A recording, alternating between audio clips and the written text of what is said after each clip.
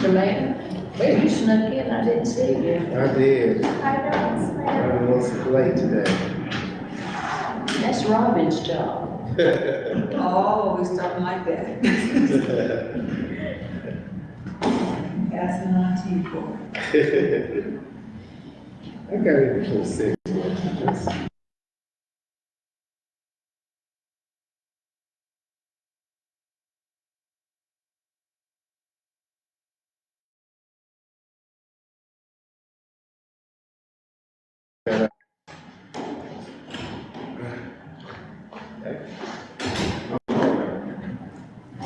Hey, Mr. Moore. All right, let's go ahead. We're gonna.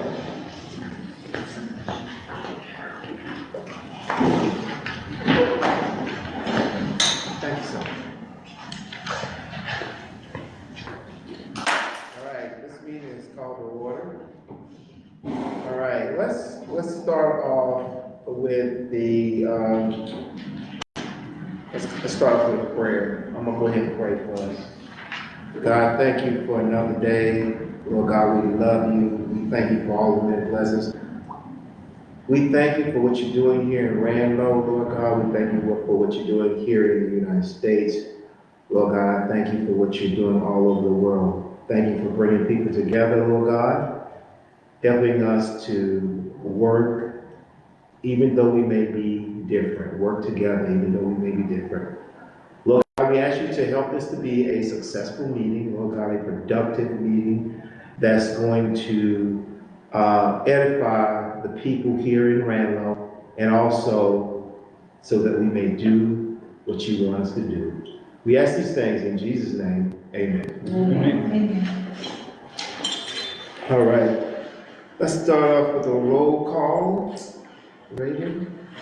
Mayor Corey Creech, Here. Mayor Pro Tem Robin Connor, Here. Commissioner Doug Miller, Here. Commissioner Ronnie Wallace, Here. Commissioner Eddie Walker, Here. Commissioner Shabbat Hill. All right, do we have a motion to adopt the agenda? I'll make that motion. I'll second it. All right, all in favor? Okay. Agenda is adopted. Okay, let's go to the public comments. We do have one. Shardenia? That's correct? That's it right? All right. So just state your name and address. Shardine Stephanie, 5217 Summer Road. Thank you. And your title. State your title. Chair for Ranlo Resource Network.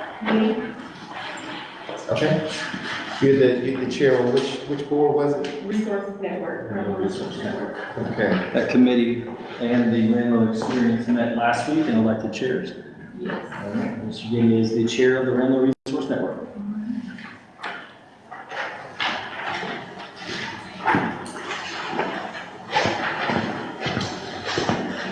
So what I am presenting today is a budget proposal for this new committee. In our meeting last week, we were enlightened that this is the committee that does not have prior existence in the town, so there's no budget line for it. So we want to be able to be included in the budget in the next fiscal year, so that we can have funding for some of the things that we have lined up, or that we will have lined up. Keep in mind that this is very preliminary. We are about 6 days into committee. So what we have right now is a vision. So I just want you guys to keep that in mind as we go through the proposals that I've presented to you. So on the first 3 pages is just a sort of a table of contents of the budget and a thank you letter for allowing me to have your time today. If we can go to the 3rd page for the introduction for the committee. The Ranlo Resource Network will empower residents by connecting them with essential programs, supportive services, and community partnerships. We promote access to healthcare, mentoring, housing assistance, and neighbor-to-neighbor support to strengthen the well-being, resilience, and unity of the Ranlo community. What the Resource Network will do, we will connect residents to healthcare, support mentoring and youth programs, assist with rent and utility navigation, strengthen the community partnership, and provide senior support and child-focused resources. Why Ranlo needs this: many residents are unaware of available programs, growing need for senior support and youth engagement. There's an increased demand for navigation and application assistance for these programs, and also to have the opportunity to strengthen the community unity and resilience. We do have a very preliminary 90-day action plan that I've kind of lined out for you. Our focus is going to be to tap into resources that are already existing. We're not trying to create a new wheel, we're just trying to grab onto the wheel that's already spinning and take advantage of a lot of the county resources that are available and connecting Ranlo residents to them and make sure that they are aware of what's available, how to get into them, a pathway to get those applications done, and basically to assist them through those processes to make sure that we're being able to benefit from them. So some of the things that we will be doing in our next meeting, in our first 30 days, is we'll be finalizing our mission, our scope, and the committee structure. We'll build an initial resource directory, meaning that we're going to reach out to different organizations within the county, see what resources are available, build us a directory, take that directory, make it something that can be distributable to residents, maybe have highlights in the newsletter that Charlie sends out with the utility bills every month and things like that, just so that everybody's aware of what's available. We will begin volunteer onboarding because, of course, with our 7 committee members, we can't do everything. So we will be enlisting the help of other residents to be able to volunteer to help us out and reach our neighbors. We will identify child-focused and senior-focused resource gaps. That is a lot of the focus. There's been a lot of speak about the disparity between children and seniors and the resources that are available to them. And hopefully by the second phase, we'll be entering into engagement.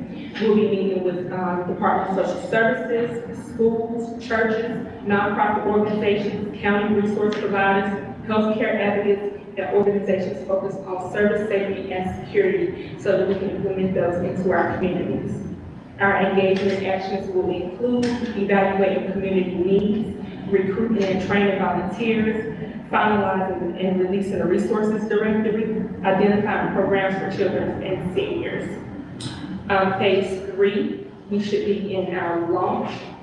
We'll be hosting our first application help night, launching healthcare navigation drop-in hours, planning community connect days, starting Good Neighbor initiative, and begin senior outreach and youth engagement. So we're hoping that by third quarter, we will be able to see some action with the resources network. Following the 90-day action plan, I have a proposed annual budget. This is very preliminary.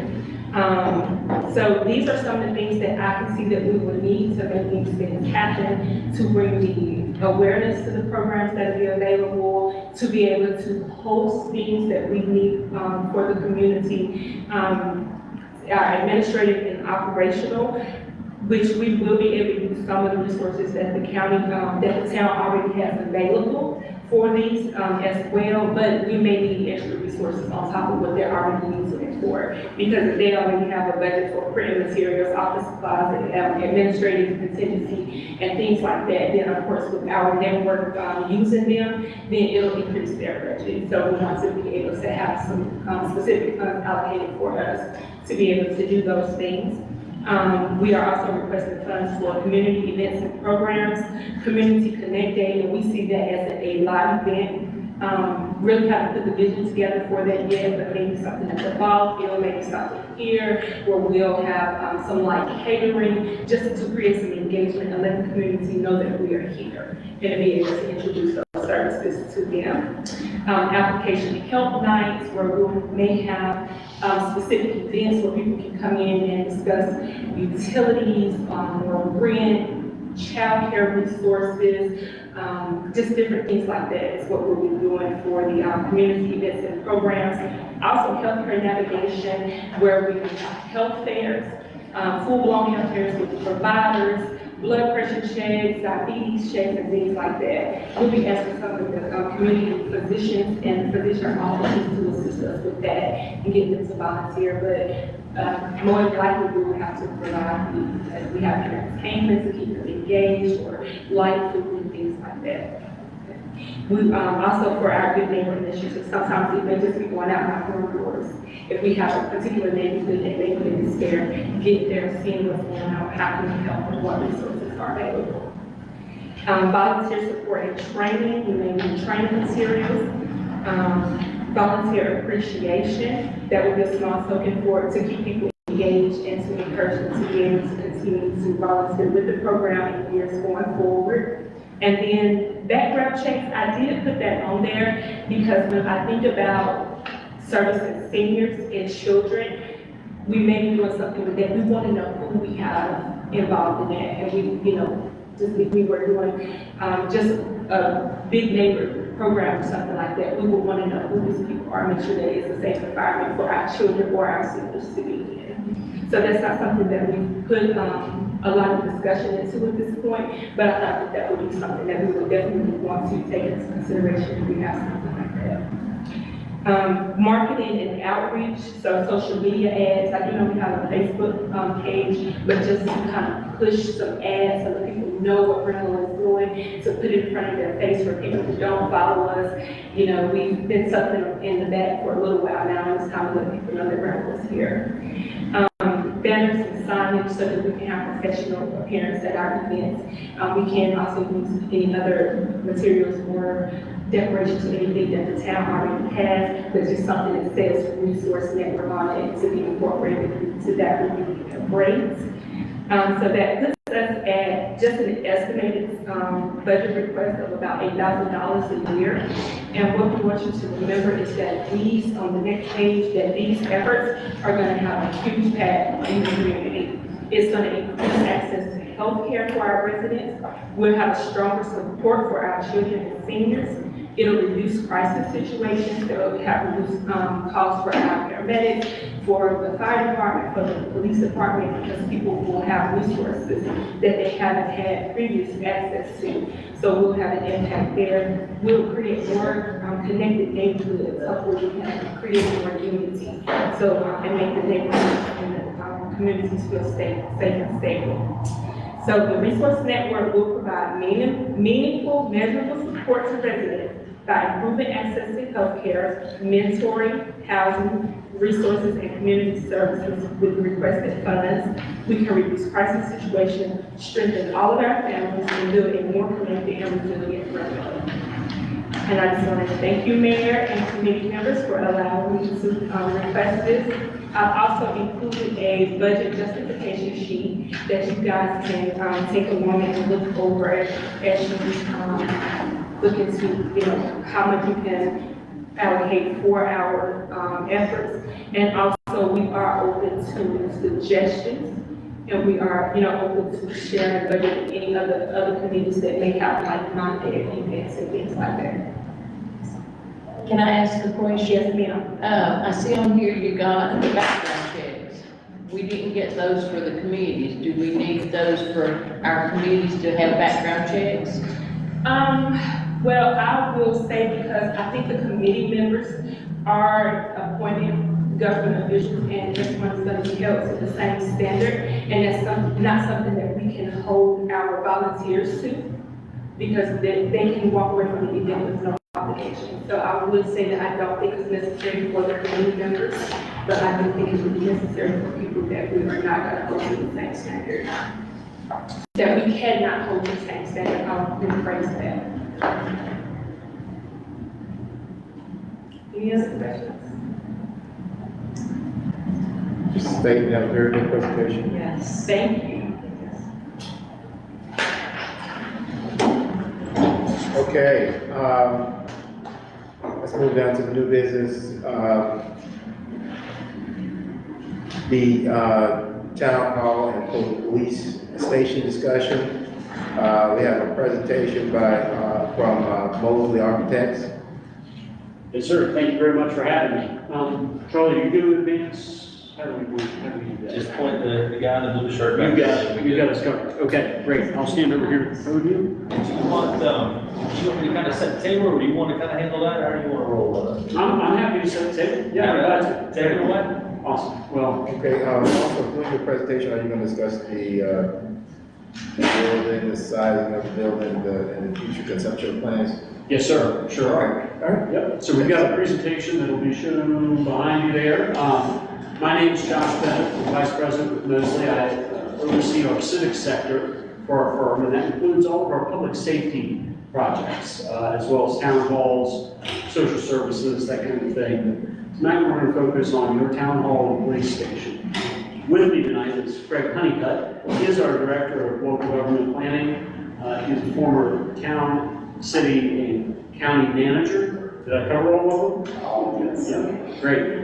Craig brings great insight into our projects because he has sat on your side of the table for many years in many different capacities. So if I stumble at all, I'm sure he will be able to pick me up. So we'll go ahead and get started with the first slide. I want to talk a little bit about the architectural process to kick us off. When we manage an architectural process, we want to determine what your need is and then design a solution that meets that need. So our first step with your project was to go through what we call a program verification phase. We did data gathering, we issued questionnaires to building users and occupants. We then interviewed them in person and developed a building program. That program told us how big the building needed to be. Okay, this was a critical point because it allowed us to really drill down to what the users needed for the building, what the growth was projected to actually be, and not just what they wanted. Okay, so if the chief wanted a large office with a steam room in it, and we said, do you really need a steam room, chief? Or can you go to the gym? Do you have one in your basement? He said, yeah, you're right, I can use that one. We were able to pare that down and determine very early on how big the building was going to be.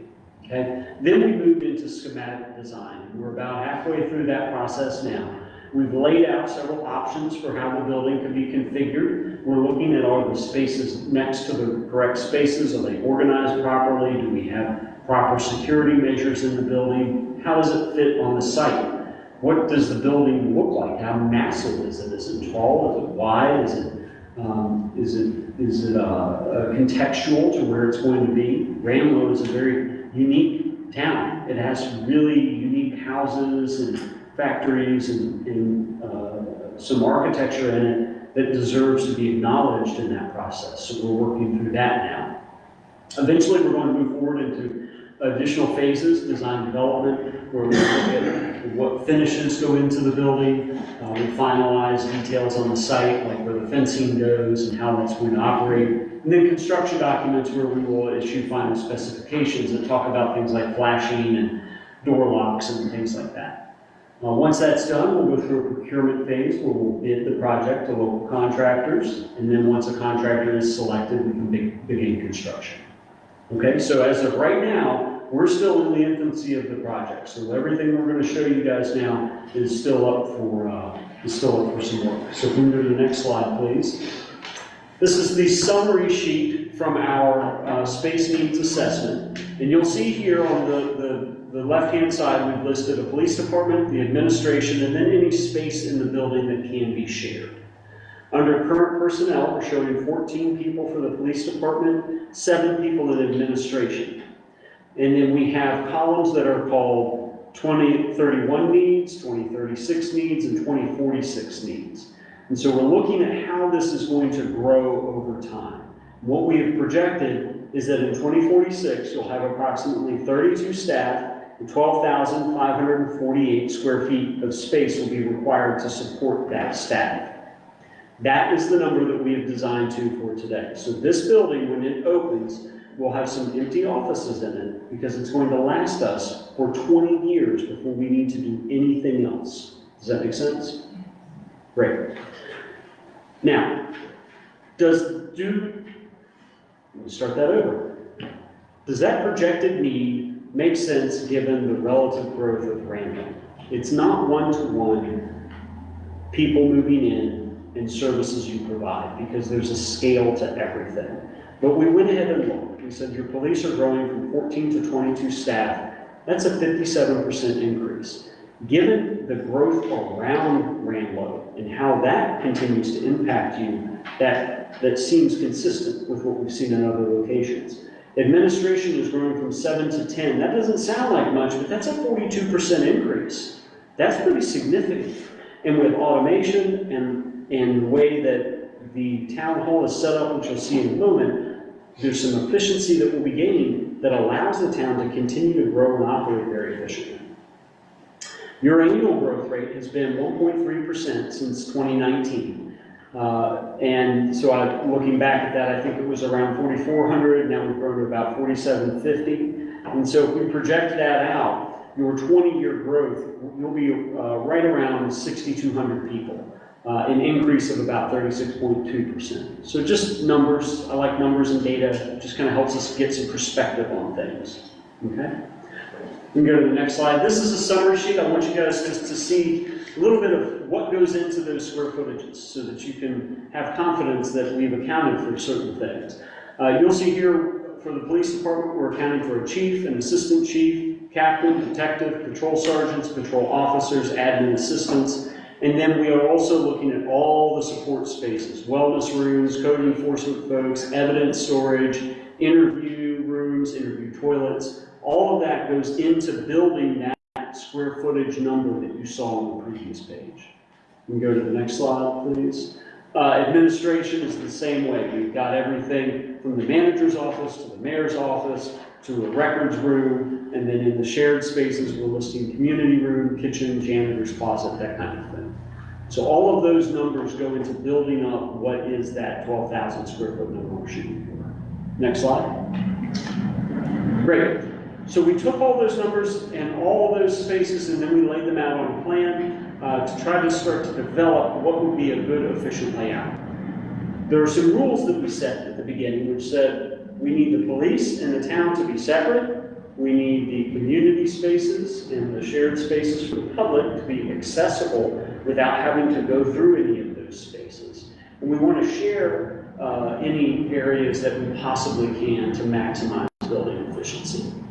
So option one, we've got separate community room or chambers and EOC.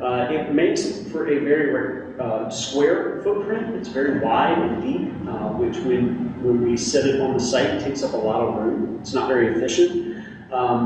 This does get us a sally port on the left for the police, and then there is a drive-through on the bottom of option one for administration. So vehicular circulation around that site gets challenging. Option two is similar. We pushed the chambers and the EOC outboard, which gave us a little breathing room to elongate the plan. Option three, which is what we've moved forward on the site with, just for you to see, is an elongated footprint. We actually have a shared EOC chambers in the middle, that pink space that you can see there. That gives us a larger room with the ability to expand our town hall meetings to have even more people in them when the EOC is not active. Presumably, those two spaces would not ever be active at the same time. This allows us to have that larger combined chambers. We have good interior secure flow, and we're able to separate the drive-through space from the sally port space. So if we go to the next slide, this is that plan. You can see there, you come right into the entrance and you come right into the chambers. On the back side, you'll have secure access so that when you all come to a meeting, you can come in the back door. You don't have to come through the front door in case we've got something contentious going on. You guys are able to move around securely. Same with police, they've got a door into their secure parking lot. And then, Charlie, you're on your own. We'll put you up front. Everybody will know where you're coming from. So we can go to the next slide. That's all in jest because we do need to work out with you all where the secure parking needs to go, but this is how it could work. Now this is option one, option two is coming. Option one shows that the existing ball field remains in some capacity. In the upper right, you'll see there's a dashed black line that represents a fence. This is where we would say the police would come in They would be able to park securely. They would have their sally port within that secure area so that we could circulate through there. On the southern end, you'll see bill pay window listed across the building, and that allows the public to circulate up against the building so the driver's side can get to the window.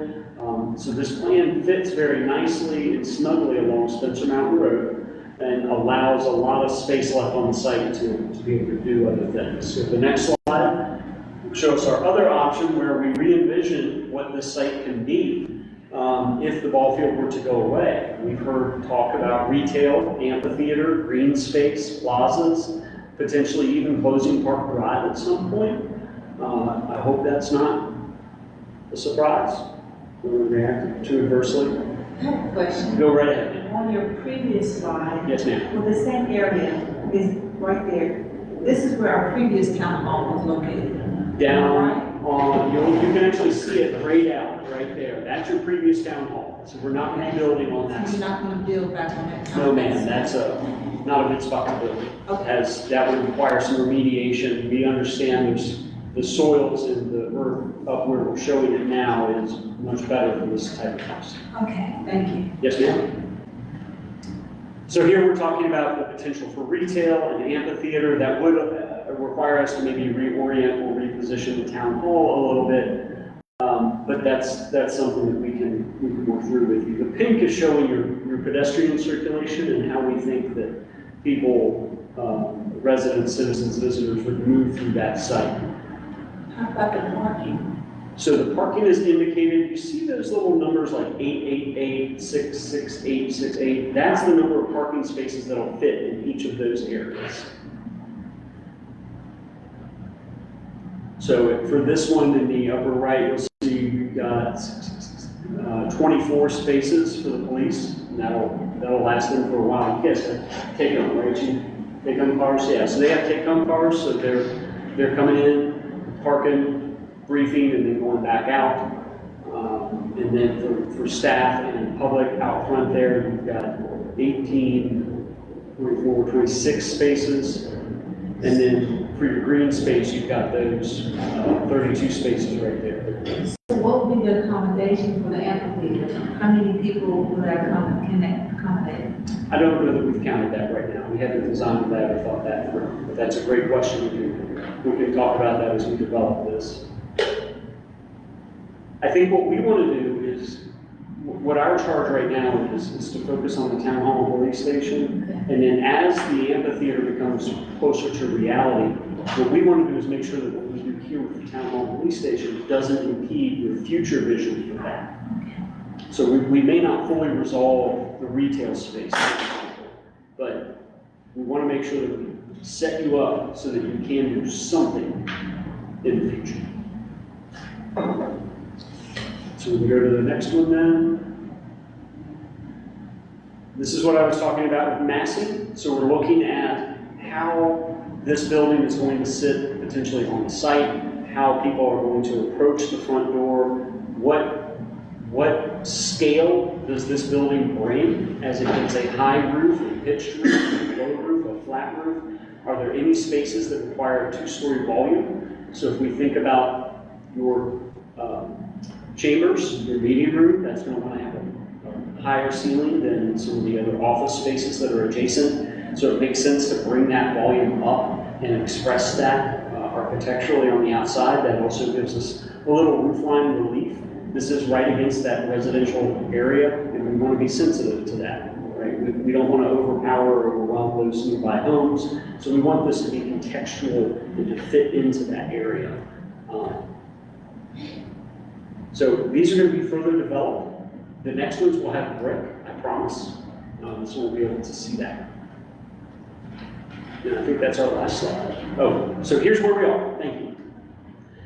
Our next steps, we're going to go through plan reviews with all of the building occupants. We're going to look at our exterior materials and start to have discussions on how that building looks. Does it fit into the community? And what are our systems in the building? How does the HVAC work, the electrical work? Is it easy to maintain? Is it something your folks are familiar with? And is it efficient? Once we're done with that, we'll wrap it up, submit it to you all to review and approve. We can come back and meet with you guys and walk through those plans again, and then we'll move forward into design level. All told, this timeline, from now on, we can wrap up in anywhere between 4 and 6 months, depending on how many review and approval phases we want to have. I've droned on for quite a while. Thank you for your time. No, it's good presentation, very good presentation.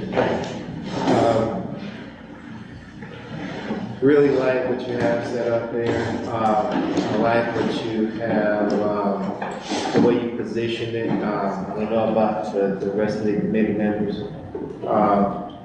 Like you put a lot of thought into it.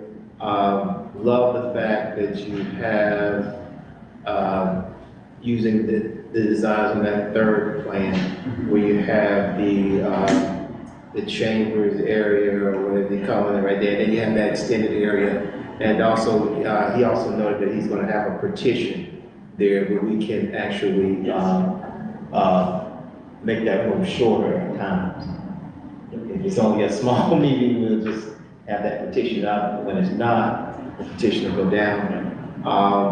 He also made it, that would be phase 2. He talked about his phase 2. I like that you went ahead and included that phase 2 of adding the retail and the amphitheater, because one of the things that I envision is bringing the town more money. And the only way we're going to do that is by having more businesses. If we have businesses on our land that we already own, that will help bring in more money for the personnel and for other projects. Rent out in Gaston County is super high. I will tell you that right now. I told you there's someone out here right on Ozark in some small buildings paying over $4,000 for their space. If you go down Ozark, walk right out here, these places don't look like much, but they're $4,000 a month, over $4,000 a month. I think we can get some business in here, some shops that we don't have, coffee shops and things that we don't have. I think if we had an amphitheater, we can bring in singers and things of that nature that's also going to generate money. So this is all about generating money so that we can support projects and actually make sure we have enough money to support the people that work here. That's all I'll say on that. Are you going to go back to the design of the amphitheater? So when you say green space, what is the green space plaza? So that's up to our imagination. We're reserving that space in our planning to suggest that that would be a good use for that. You could do a splash pad. You could have a turf area to, have some pickup soccer games or something. It's a good community asset. It's just a space. Okay. And how many square foot? Oh, you don't know? Of green space? Yes. I don't know, but I can find that out. And so the town hall on that side would still be the same as the other Yes, it's the same. We would just dimensions? flip it, rotate it. Yes, ma'am. We would just kind of work that in. If we have to make some plan changes to make something else work, we are. Do you know what the square footage is on that one? You're roughly just under 13,000 square feet for that building.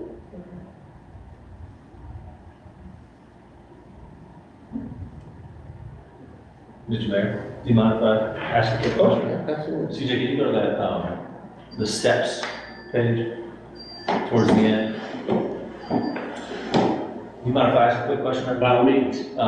Just so that I can also, as the town manager, wrap my head around how we can keep us moving advantageously, I guess maybe would be the word. So when we're sitting here in schematic design, I think what's nice about, speaking on behalf of myself as a manager, not as a voting person, what I think is nice about how you designed it is, it's right now it's built for it could be made into phases, right? Which is, I think some of the board members have expressed that to me, where it could lead to phase 1 is town hall police station, phase 2 is retail, phase 3 is amphitheater, whatever the board kind of comes up with, right? But it seems like, and just I want to make sure I'm getting this, when we're in the schematic design step, so that we don't stop, is what you would be looking for, not to put you in a bad spot, is what you're looking for as far as site configuration? Does that have to be buttoned up in this step? And I guess the reason I said all the schematic stuff or the phase stuff is really what the board just needs to decide is where it's sitting and how it's rotated.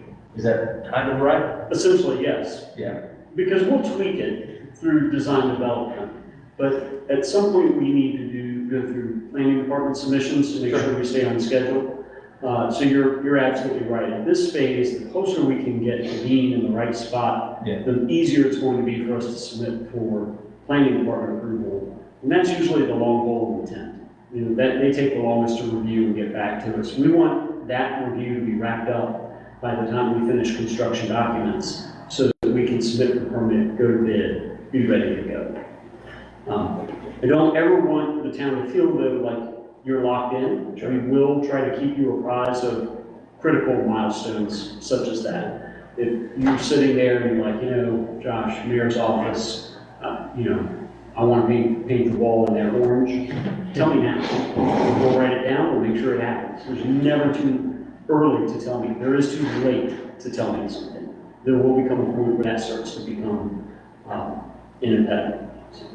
And I think what's so beneficial about you guys coming here, and thank you all for being here, is that, you know, we had heard from this board, you know, hey, we want to have an opportunity for input, which is exactly what this opportunity is. But then also to know that really just the direction could just be that, the layout of almost the annual, so that gives you enough running room so that we can make this thing happen and start generating that revenue, or start, you know, get out of the trailers, right? So it's good to know kind of, you know, there are a lot of different options here, but having that kind of, okay, I think this is kind of the direction that this board is thinking would make it that much faster. Right. Yes, And I also requested that we keep in touch, yes. monthly, bi-weekly, or whatever, or bi-monthly meetings. However you guys want to set up that schedule. Just to kind of tell us where you are in the process. Yes, sir. I think major milestones make good sense when we get ready to make critical decisions, and we'll coordinate those with the manager, make sure we get it from you guys for that. Great. My biggest thing is we have an opportunity to really lay this out for 50 years, 100 years. And so taking this opportunity to really think about what we want it to look like, not just in 20 years, but in 50 years, because that town hall was up how long? 100, right? From the 70s. Or 50 years or something. So. Not as long as it should. Right, and so I personally really want to see us not just think 20 years, but more down the line of what the potential and the possibility could be. Because again, building town halls are expensive, so we're not doing this every 20 years. That's right. And I'm not disagreeing with that, but I think that's a great, I think that's an awesome idea. The only thing is we're limited on money, we're limited on funds. So, we'll have to see what we can build for now. And then, hopefully, that building can be updated. Like you said earlier, you said maybe, we can add another floor. I don't know how that'll work with the elevated ceilings, but that would be something we have to. Adding, I have had the distinct privilege of helping towns who have reached that 50-year mark and said, it's time for us to grow again. How do we do it? And in doing that, I've seen the mistakes of the past. And adding a floor, Lexington Police Department, City of Lexington, their police department was designed to add a floor. The building code changed. Now they can't add a floor in the police department. So all the effort and the money that went into that was for naught. So we look at things strategically different now, and we can come up with some different options on how we'll grow in 20 years. So what is the next board going to be thinking about when they get there? Will they be wanting to grow on that site? Will there be enough parking and infrastructure? Will the police want to be there anymore, given how the town has grown? Does it make more sense for them to move out into a building that is wholly their own, and for you all to expand in that same building? I think working through those scenarios, and I appreciate you all hearing me out on that, because I think working through those scenarios is important. Your plan doesn't have to be perfect, as long as I think we can tell future generations, here's what we thought you would do. So we set you up like this. We might be wrong. We all know what God does while they plans. He rends them asunder. But we can try. And I think that's noble. That's noble with you all to consider. I think that's. And I kind of beg to differ, with you, Mayor, because I think money is out there. We just gotta admit it, we gotta find it, but money is out there, and I don't think we should limit ourselves because money, that's just my No problem. Anybody else have anything you want to add, Doug? We rotated, we're the option of building business and everything, so that big ball around. No, You take let me check. Can I check? I want to check and make sure. I know the first option would not. If we rotate it, push it more north along Spencer Mountain, there, it may impact that scoreboard out there. So let me look at that. Yeah, it's almost just way off the ball field, so. Okay. I'm doing really forward. Okay. Yeah. I'll look at that one. We definitely need to find another location. If we're going to do that, we need to find another location for ball field. Which we got places for ball field, but Right. the strategy. I would say, my opinion is go with the one where we're rotating for future growth for businesses. Even if we don't do business now, 20 years from now, they got room to build, and they set up that way. If we set it up for them, if we build it, they'll come. Now, but it's on the ball field, how boy. But we definitely don't need to do anything with ball field, we have a replacement for it. Right. So we build a better ball field, and have softball tournaments out there now, without even houses and stuff like that. No, Charlie and I joked that we could build this like Camp Yards, and we could just put you guys on the outfield, hit dingers in his office, so. Yeah, and that's a great point that Commissioner Moore brought up, that, we know the town loves the ball field, and, that, Commissioner Moore came up with the idea of possibly looking for a new spot. Where would that be? I mean, I know what you're saying, Logan. Put a ball field on We could take the water plant, put the ball field down there. We could take, actually, I mean, it would cost a little money, we would take the jog track, them houses, run alongside jog track, purchase them houses that run at the back of the jog track, make one there. And have a good soccer field, ball field, all combination, and a walking track all in one spot. And already a ball field back there, or one like to Dallas, That's the old Bill ball field, that probably, it's all over the head. but it is. There is a place there, and then on, 41 on that. There used to be a ball field below the Burlington Mill down. But I think they've heard a bunch of hazardous stuff down there. So that rules that out. Cause Burlington had a ball field with their softball team.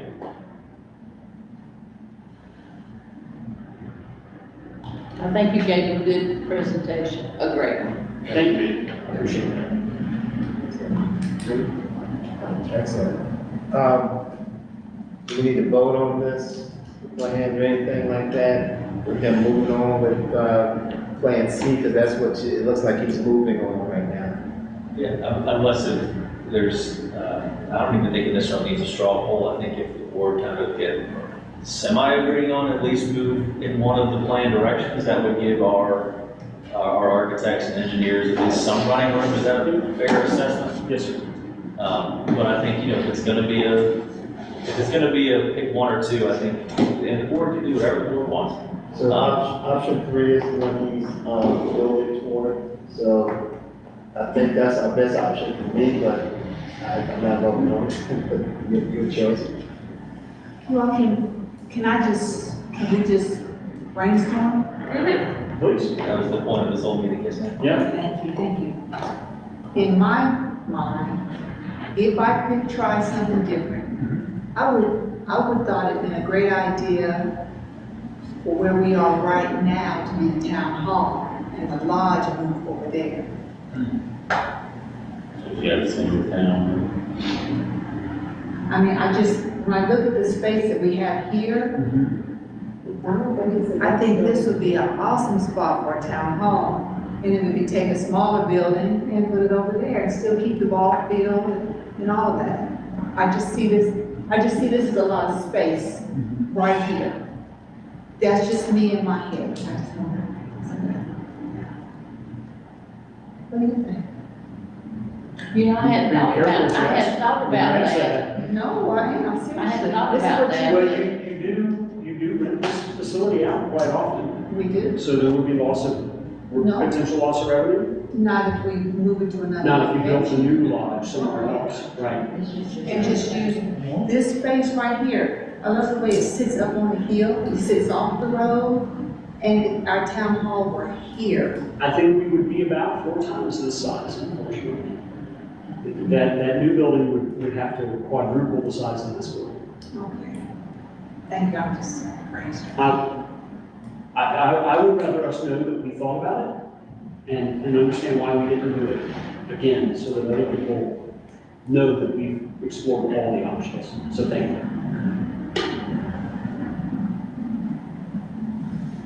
So I guess what are the objections? Are you looking for, may I, Mr. Mayor? Okay, absolutely. I'm just waiting for the final thank you so I can get off the stage. In reality, I've heard some good things. I think there's consensus that we like the option with the amphitheater. We want to maximize the usable space on the site. We will work with town staff to review the floor plans, to maximize the efficiency of the operation of the building so that it's what they need. And then we will come back at the end of schematics and present those plans as to what was decided. Your overarching vision is a town hall, police station, amphitheater, potential retail. And just think about this as well. It's a great idea, and I think we should use our minds to bring up all the ideas. Like you said, that would quadruple if we could do it here, and that's just my thoughts. Just because of the fact that if you do that, you would lose that revenue here. You would have to take this building down or do something with it and then build something else. I think that hikes our cost up quite a bit. You have to build a new lodge. Yeah. Well, this is what I'm thinking. And this one just got Just my- renovated. This just got renovated, so. This place is charming. I hate to lose that. Yeah, it is. And I guess what it is I was thinking, because I heard a little bird tweet in my ear that the church may consider selling their parsonage on the other side. And that's what I'm thinking, wow, this would be a great, to come around the curve and have a town hall here, But it takes you at the center of town. center of town. I just don't want to spend more money than we have to spend, if we do that, we have to pay this building tore down. All the grades going to require a lot more grade here to build a new building. And then you got to build another building down there, that's going to cost anywhere from a million and a half Little dollars. buildings too. You know where this building's on slab. Okay. I mean, I just looking at the forward vision of it, and that's a good idea. It'd be great to have one set up on the hill. They look good, but then what's it gonna cost in the long run to do it? It'd be nice to have a lodge down there with all the parks and everything else, but. And the, I'm just brainstorming. we got the, well, I only know we can get rid of this bill. I don't know if we have to go way back, look at the agreement with the mills that give us the property to do it. And it was funded to be renovated by the General Assembly, and we probably wouldn't make our delegates very happy if Did we tear it down and say we need more money to go on? Yeah, that probably won't. And we do own the parcel right here that's next to it that butts up to the parsonage, because we had talked about, and I think it was one of our CPF requests to the congressman was money for a trailhead for us to be able to connect to the Carolina Thread Trail. So we kind of had some ideas about, because this kind of feels like a mountain cabin, you're right here in the shadow of the mountain. The board can do it what it wants, but I know we had tossed around the idea of running sidewalk here to connect to the Carolina Thread Trail. There's 500,000 to 800,000 people are going to come hike the mountain. We have a place for someone to come. We put some local art exhibits where people can come paint murals. We're definitely a trail town, right? I think, I'm not a vote, I realize I'm speaking a lot, but I think it's just worth considering that we kind of have already talked about the possibility of trailhead and some other ideas there. Yeah, I'm gonna go ahead and let you speak. What was your input on this? So my name is Jessica, 23 Sunset Drive.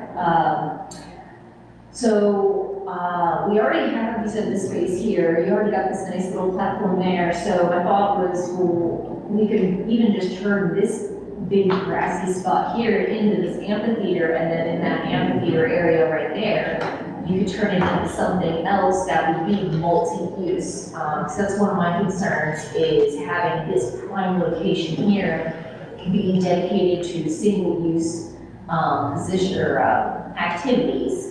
And like you got your green there, then you got an amphitheater, which is only useful when you're having, you know, specific events or like music or something. If there were ways to set that up to be constantly useful to different parties. That's always been that's become like my big thing, is how do you make something multi-purpose? Like retail's a great idea where it's right in there, that way you constantly have, like traffic, when I say traffic, I mean people in this area, because that actually will make it safer as well. You won't have it clear out like your central business districts after, you know, your 9 to 5. That way it keeps that area really lively for a very long time throughout the day. As well as with the parking, if there were a way to have it basically be focused on pedestrians and have the traffic, or the parking less of the focus. So that it's not so car-centric, if there'd be a way to smoosh things together in a way that makes even public transportation possible. And encourages, especially if we're already having retail, and combining it in with the thread trail so that you have more of making that like a hub area where people can catch the bus, drive it up to the thread trail areas instead of focusing it so much on your car parking. Because then again, that just ends up being a lot of wasted space, which cars are sitting there. Yeah. That's valuable space to do green space, or do more buildings for retail, or put in more amphitheater space, or not amphitheater. I like it. That sounds great. And I like your idea as well, Mayor Pro Tem. So all those ideas, and that's why we come together, so we get great ideas. Nobody's the know-it-all, and I love that. I love this idea as well. Adding the amphitheater here sounds great, but we're not gonna focus on that right now. We're gonna focus on the main thing that Josh came here to talk about. So, the police department, but now you kind of know where we're thinking at for phase 2, the retail and I have a amphitheater. question. Yes. Is the town hall 1 level or would it be 2 levels? We're showing 1 level.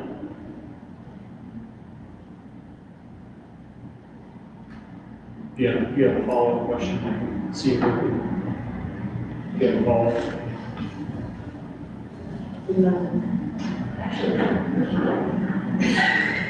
And this is what's accommodating the growth.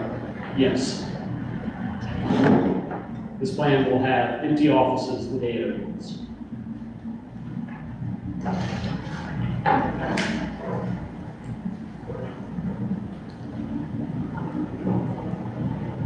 You want a visual, the size? You said it was 13,000. Right, just under this. The new fire station is 14,000 square feet. So if that's the size of the building, if you look at the size of it. Let me let Diane speak on this. Can you say your name and address again? I'm sorry. Diane Palmer, 32 Delano Court. You gave us 3 options on the building itself, 2 flat roofs and 1 pitched. Oh, on the massing, yes, ma'am, those are initial explorations. Okay. We're not picking from those today. Yeah, We'll bring that. but my thought, thinking ahead in what y'all have said as far as growth or space, if you had a pitched roof, if it was pitched enough and built so that you could do so, you could later or have stairways already up to that attic. One, it could be storage for the time being. Two, it could be converted later into some office space if needed. But then you have to add an elevator with codes, correct? Potentially, yes, sir. Could be, but we've seen that done before. We've done it before. Well, that's a great idea as well. I was also gonna say that, I won't let you go in just a second, but, you also said that what made a whole lot of sense to me is that we don't know how the times are gonna change, we don't know how the codes are gonna change. So, do we really wanna build for that now? Well, I also Do we wanna think be, of yeah, the current town hall and the leakage problems we have and the roof issues with being a flat roof. yeah, I don't know what the potential is, but I would think a pitched roof, even a small pitch, yeah. would be, how do I want to say, more economical, That makes sense. maybe less issues or problems with water settling, because I don't care what building you build or where you build it and how secure you try to make it, you're going to have settling. And as you settle with a flat roof, I would think you would have little places where water is. Yeah, that makes a lot of sense. Does that sound like you're the expert? You are right, a metal roof will typically leak less than a membrane roof. Since the Reformore Town Hall was built, the codes and construction methods for membrane roofs has changed significantly. So we don't have as much of an issue as we used to with that. It is an economical, it is a decision of economics to some degree because a pitched roof will cost more than a membrane roof. So we want to make sure we're balancing all of those things. Okay, sorry, go ahead. Just going back to your 21 Sunset. So you said with the code changes and you're getting expanded, how we're going to do it in the future. So what if instead of long and flat to begin with, we go up right away and it's, we make it a two-story building immediately, and then that way it's already geared for, coded for two-story, and then you have a chunk of space that for temporarily can be left as like parking or green space, not trees, but bushes and stuff. And then if the time comes to either choose to leave or expand it, then you're already coded for two stories, and you just boom, open it. And then that way you're temporarily having all that extra land to be able to be used by the town. You're kind of planning for the future of already being two stories, which is always nice as the area grows. And you take up vertical space, which is something you can't build, like as a wide open, free, what's the word? Final frontier is going on, not at all. So that would kind of like plan for everything all at once. If we go with immediately two-story, and we have, let's say, you'd almost want to put town hall stuff and like town office, whatnot up top. And then the police and the fire station and all that stuff, they can go down so they can, get out and go do emergency stuff quicker. Or, you can have the drop down pole if they need it. Yeah, just having that expandability in the future built in. So why was the decision to make it one level versus two? It's an economical decision at this point.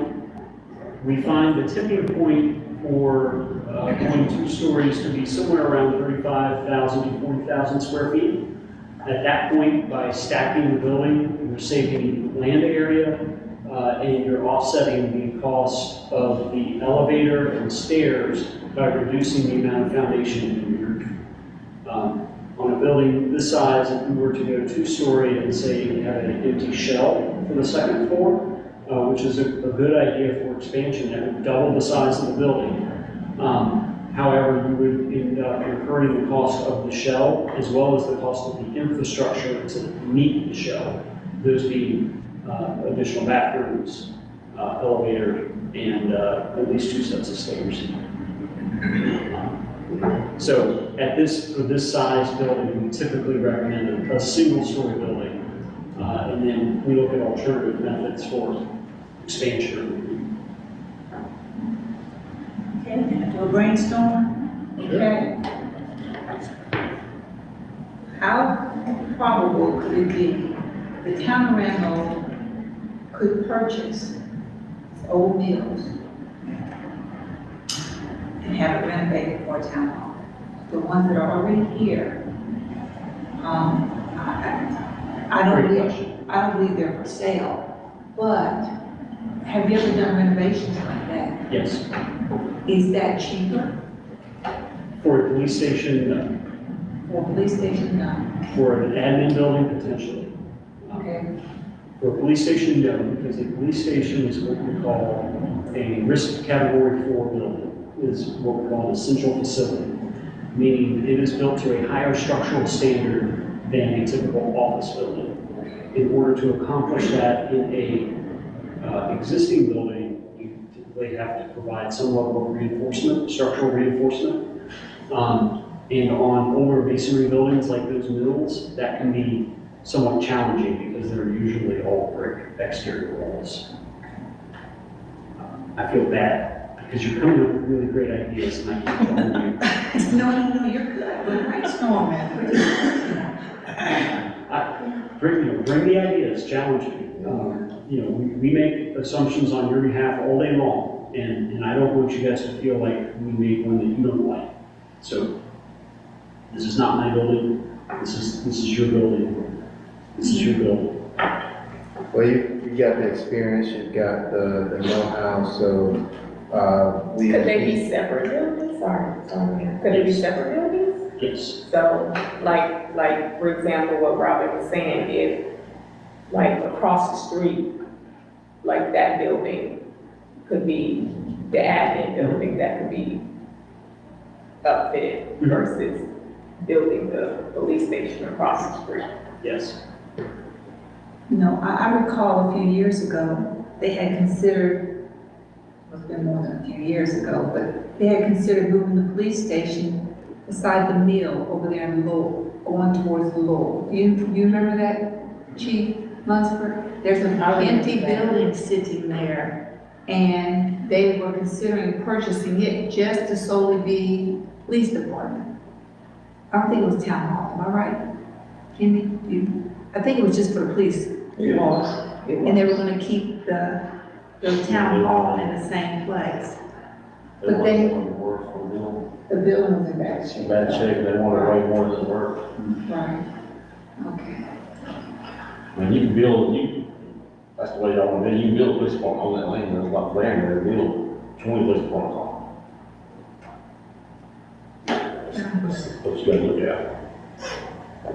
But also, they're not even for sale. No. That makes it more expensive too. Yeah, it right? does, Yeah. it does, Yeah. okay. If I could say operational wise, with respect, with a small town like Ranlo, to have all your administration, police in one site really makes it simple for everybody in town to know where to go. And I will say, I do love what you're trying to do with retail.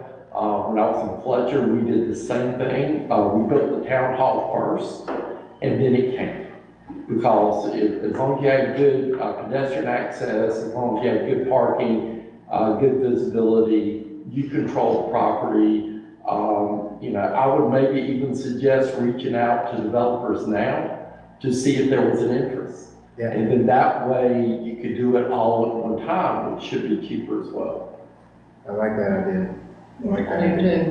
It's great, Craig. Commissioner, Because if we can get those graphics together. do you guys have any more, I mean, I don't want to make sure you say everything you need to. I've said it, except I think we need to just go on and do our business tonight. I think we've covered everything that we could possibly cover tonight. Thank you, Ken.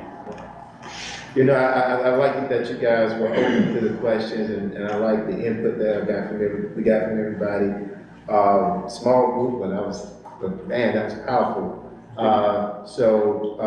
If everybody's in agreement, we would ask Josh and Craig here, Honeycutt, to move forward to option 3, if that's okay with you Well, I guys. just got one thing, is Okay. the takeaway, Doug, you wanted to know the cost to ship, correct? Not the cost, I just want to know how much, if we built it right now, how much of the ball field would it affect right now?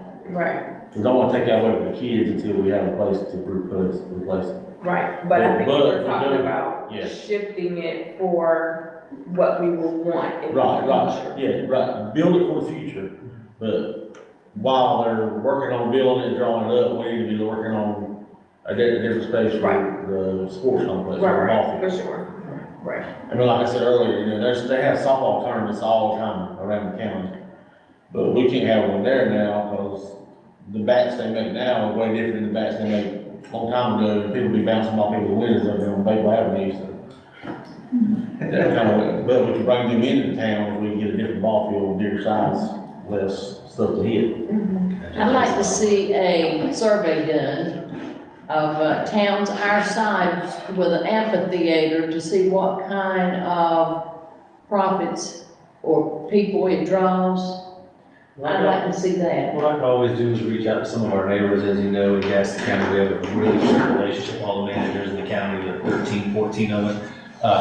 I know a lot do a very good job of recreation, Go Gaston, you know, Mount Holly Nights, you name it, even Lincoln tonight, you know, in Lincoln County, they do a lot of great stuff. I can reach out to, now I know I named a lot of towns that are bigger than us, but what I can do is reach out and even Lowell to a similar size and ask I around. know Measure City has. That would be interesting, Yeah, that that's would be where- interesting to see, Yeah. but towns our size. Now, I would like to also say that the amphitheater is not just going to attract people in Ranlo. Oh, I agree, Yeah, I so agree. you're gonna get money from people coming outside, because Gaston County, to me, I don't think has a lot of entertainment, so that would be a draw for us. Yeah. That would make money for the town of Ranlo. We got the new trail It's coming kind of in. like having that pavilion that they have, where they have all of their events, so making something like that. Absolutely. And that trail that's coming through, the new trail that's coming through, that's what's gonna make people see it even more. I'm sorry, could you? Just want to make a point on the amphitheater. So in some of the other towns, they don't just use it for entertainment, as far as like, you know, having bands and nights and things like that. A lot of people rent those for like weddings and things, like, you know, have outdoor, birthday parties and things like that. So they have, revenue coming in off of those things as well. And just sit on top, you know, and sure, there's, you know, still 50, 17 Sun River.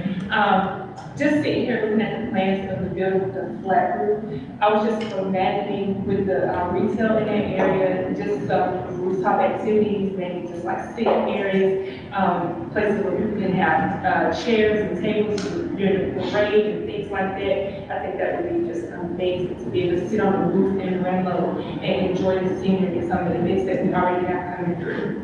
Put the stairs in your office. You can take lunch Not the town hall. You can take lunch on the balcony, that's a That's what Plaza is, it's just my office. I might say this now, and I'm not gonna say nothing else, but this is the one thing that I would like to see. I would like to see this town expand what you consider central Ranlo.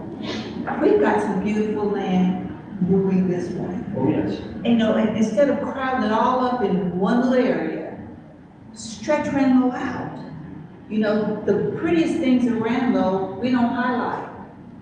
Our mountain and the South Fork River back there. we do nothing with that. And I think it's the prettiest things in Ranlo, other than some of the residents. But I would love to see us move out, you know what I'm saying? Move out, move down, come up with something else, have everything just sit right in the central part, which then you got the track that you have to contend with, because we just all like logged into one little spot of Ranlo instead of just spreading it out. The only thing going down the hill is in Rankin is the mountain. Hey, let's And spread water it plant. out. I think we got, What's up? really, that's another phase I hadn't presented to the board yet, but yeah, we got some, We got we land down got some there. great ideas. We talking about doing some things with that, the old water plant, because, I mean, later on, but we'll talk about it. Yeah. But this is great ideas, great ideas. We'll continue to work. If you have any more questions, please pass them on through Charlie. We'll coordinate on that. I look forward to seeing you guys again soon. Thank you, Sir. thank you very much. Yeah, I think, did we agree on number 3 or I no? thought we did. Okay. For what it's worth, that was staff's, I won't say favorite, because obviously we'll tailor some different things, but 3 was the one that the department heads and I sat down and said, that makes operationally the most sense. Because something could look great, and now these guys do an amazing job, all look great, but the little nuances in the way that we work, and 3 was our favorite one. Yeah, is that okay with the board? If it's not, then No, do it fine. And I have a big printouts in my office, if anybody ever wants to stop by, feel free to come take it. all right. Thank you all very much. Thank you, guys. Appreciate you. Appreciate it. All right, guys, let's go on to item number, Oh, you got a question now? I just wanted to ask, if ongoing now for the planning and zoning board is hopefully going to get started here soon, if, will be looked into, like the meetings and keeping up with all that? Yeah, I believe. All right, thank you, guys. On Bill Lane. All right, guys, we're gonna move on to item number 6, the general fund line item discussion. Charlie, you wanna bring us in on this one? Happy to do it, I'll go kind of fast, I know we're already at an hour, but I just wanted to kind of set the stage for this board, is kind of how we normally do things, and how, at least in local government, normally kind of shakes out, right? So most of the time, every time what happens is the manager will bring a manager's essentially proposed budget to this board based on things that this group has come up with, either a budget workshop or in having conversations. So the things I wanted to kind of just mention on is kind of my and our finance director's kind of take on what next year's will look like, and including kind of the conversation that we had with that regional economic forecast. And then 2, I wanted to just walk through the general fund and our budget, just so that you can see, just so that you can see exactly how we pay for every single thing that we pay for. Because there's a lot of requests that got brought in this year, and this board has a lot of different ideas on different things to potentially fund or different ideas, but with the way that at least the shape of the world is right now, I'm not foreseeing any major increases to necessarily any of our revenues, right? So, and if we're operating at a balanced budget, if our revenues aren't changing, our expenditures shouldn't necessarily change either, right? Like, we wouldn't want to say, and I've always used this metaphor, if I want to go buy a car, I don't go to the Ferrari dealership, look at a car, and then say, okay, well, how much money do I make? It's backwards, right? How much money do I make? Okay, now maybe I should go to this dealership because I can afford a car here, not a Ferrari, right? So we wouldn't want to start with expenditures. We wouldn't want to start by saying, we want to buy this, we want to buy this, we want to buy this, and how do we make it all work? We should say, okay, what historically have we gotten in revenue-wise, and how can we still deliver a high level of service, knowing that we're going to generate this much revenue? Kind of make sense? Yeah. Okay, perfect. So when we went to the regional economic kind of forecasts, let me actually get you to a page. If you look in the budget that's in this is last year, the current fiscal year budget. You can look at our revenues on our general fund revenues on this due. I won't do the utility fund or the enterprise fund revenue. Look at page 10. Page 10 in the budget, it'll look like this. I'm a little teacher hat on for a second. And at the top there, that shows all of our general fund revenues. So everything in our general fund it pays money toward administration, this governing board, recreation, public works, police, sanitation, garbage, all those things come from the general fund revenues. I don't see, so what we've done kind of in the past 2 years is taken kind of like a strategic initiative to start stepping up some of our equipment, right? We've spent a decent amount of money, whether it be on a paddle or the general fund, over the past 2 years to say, we need this new equipment. We've kind of been running things to the side of the road to get our finances back into a good standing. It's time we get some new vehicles, it's time we get a new tractor, it's time we get some new chainsaws, what it may be, right? Kind of we added a new police officer, we added a part-time park attendant, and we've kind of made some of those decisions over the past 2 years. Knowing what's going on in the world right now, and by that I mean the major uncertainty, whether it be the conflict obviously happening in Iran, which this is not meant to be a political discussion, but obviously tonight there's a deadline for conversations with Iran. All of those things, I'm sure you've seen the price at the pump. Our fleet is on the wheels. All of our police cars, all of our public works vehicles, garbage trucks, all on wheels, all run on gasoline or diesel fuel. So that has an impact on us, even if it feels like it's a million years or miles away in a different planet, it has an impact on us, right? Also, things to be considered in proposing what I'm going to propose essentially a very conservative budget is we have other things to think about, like the new committees, like potentially a finance payment for a new town hall, right? If we hope to get financing from either the state general assembly or from Congress, no avenue is going to pay for 100%. Everybody always wants some money in, right? But now we can earmark money. We have a healthy fund balance for stuff like that. But we've already talked with the USDA, who would be happy to have conversations with us about what financing the building would look like, and that's going to be a conversation we have now that we kind of have an idea of what the size of the building is or what it's going to kind of look like. That was the importance of tonight's conversation. All of those things, on top of the fact that inflation is still a very real thing, that impacts a lot of our sales tax numbers. We had heard from an economist out of Clemson that said they expect either consistent or maybe even a slight decline in sales tax from a local government standpoint, just because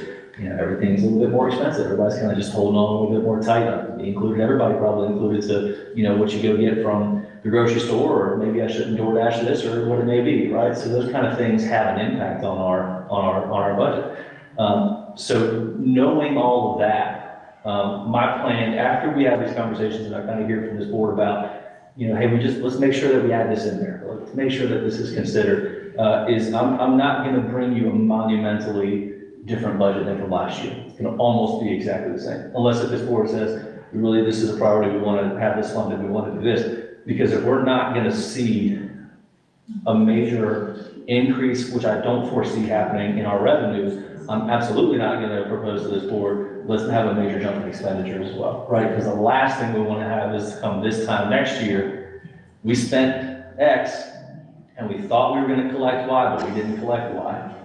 Right, and we do a very good job now of running very lean on still being conservative in our estimates for revenues, but not so much that we're putting $1 billion away every year because we're just so healthy in that, right? We've kind of come off of that in the past year and a half because we know we've established a healthy fund balance.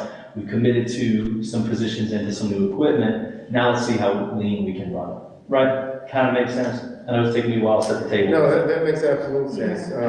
We don't want to start buying a new car, a new house, without having the money to pay for it. 100%. So absolutely makes sense. Although I can get me a bigger house, I gotta already have revenue to be able to support it. But having said that,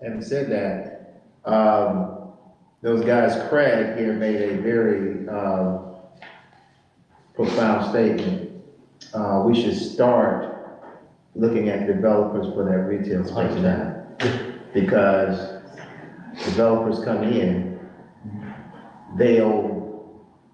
that money will start coming to us. 100%. So there's right. So you partner with them, they build it on their dime. It's our space, they pay us immediately. So that's what we want to start looking at. And I'm happy to do that. So that P3, that public-private partnership is what it's commonly called across local governments that work with developers. In working with our engineers, whether it's Ranlo and with Mosley, we can start having conversations with that private sector about who may be interested in helping, to develop this, and that's something I'm happy to do. It's very common actually across the. And she's been, hey, great, let's just go ahead. Go ahead. Just a little 2321 Sunset Term.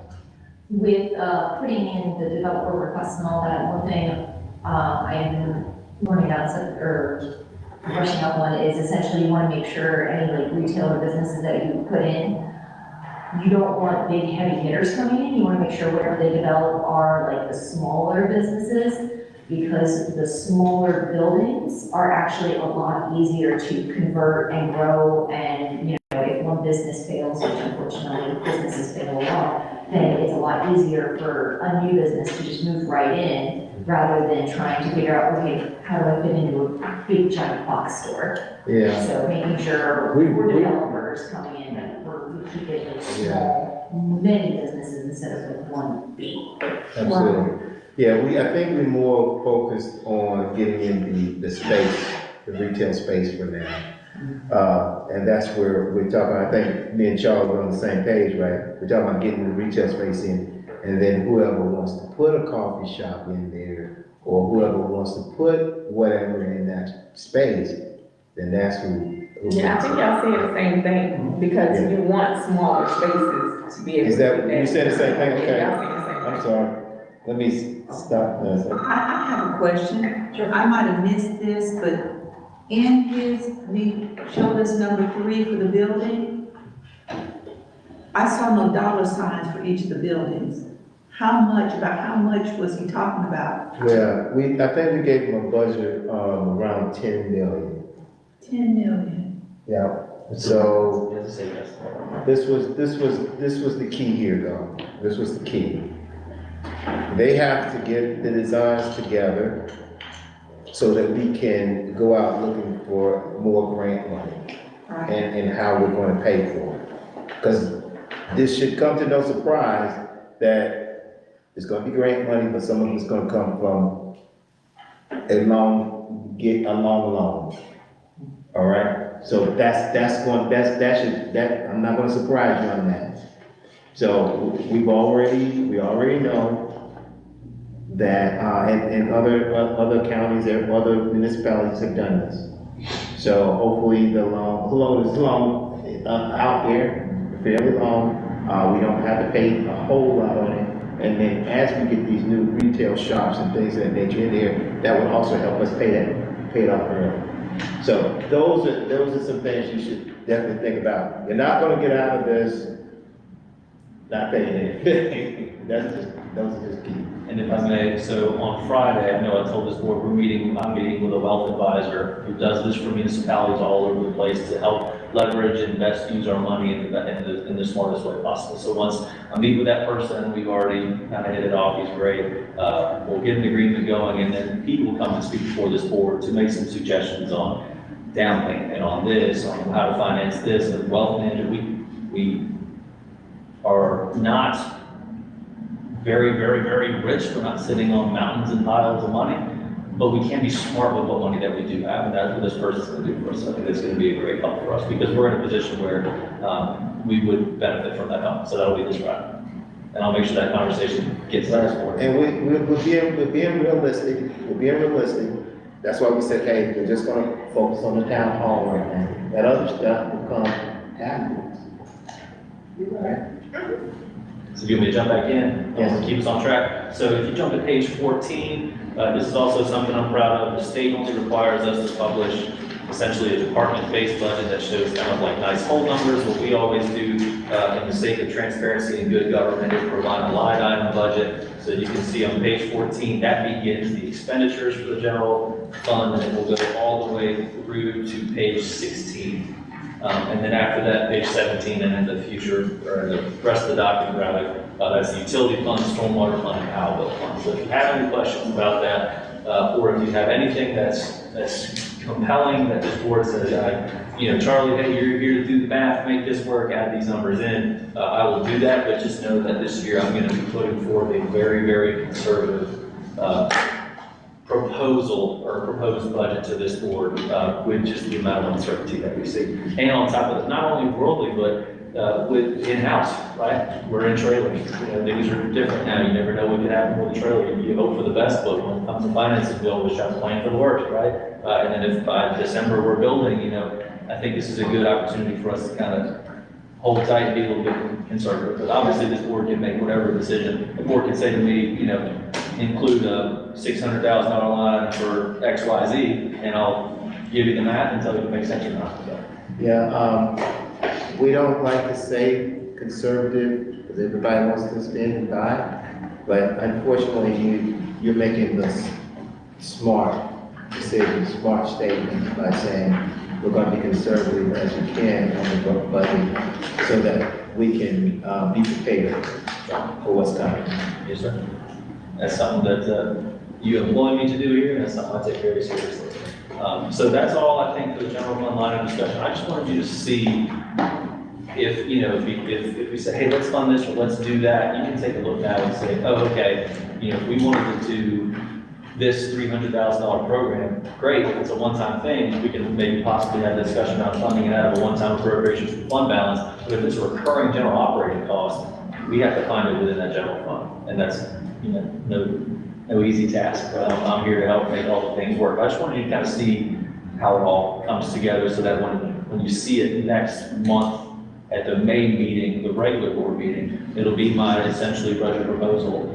Based on things I've heard from this board, it will look very similar to the past year. Yeah, I want to challenge every board member here, to go back, look at this budget, take very close attention to it, make some notes for next meeting. If we have, any questions or any improvements that you think could be made, let's bring it back.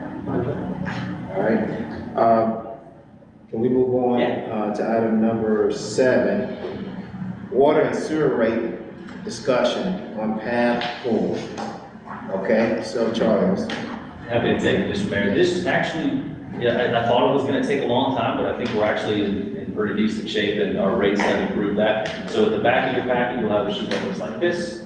If you would just take a look at it. If you've been on the board before, you're like, dang it, I hate these, I don't want to see this again. These are our rate studies that show us what the differences and things are if we do or don't make changes. So I'll be very, very fast about this. As the board knows, we are a purchased system. So we buy water from the city of Gastonia, and then when our wastewater runs out of our town, it's metered and we pay for that wastewater to be treated. Because we are a purchased system, we pay the wholesale rate for Two Rivers. We've had this conversation a million times.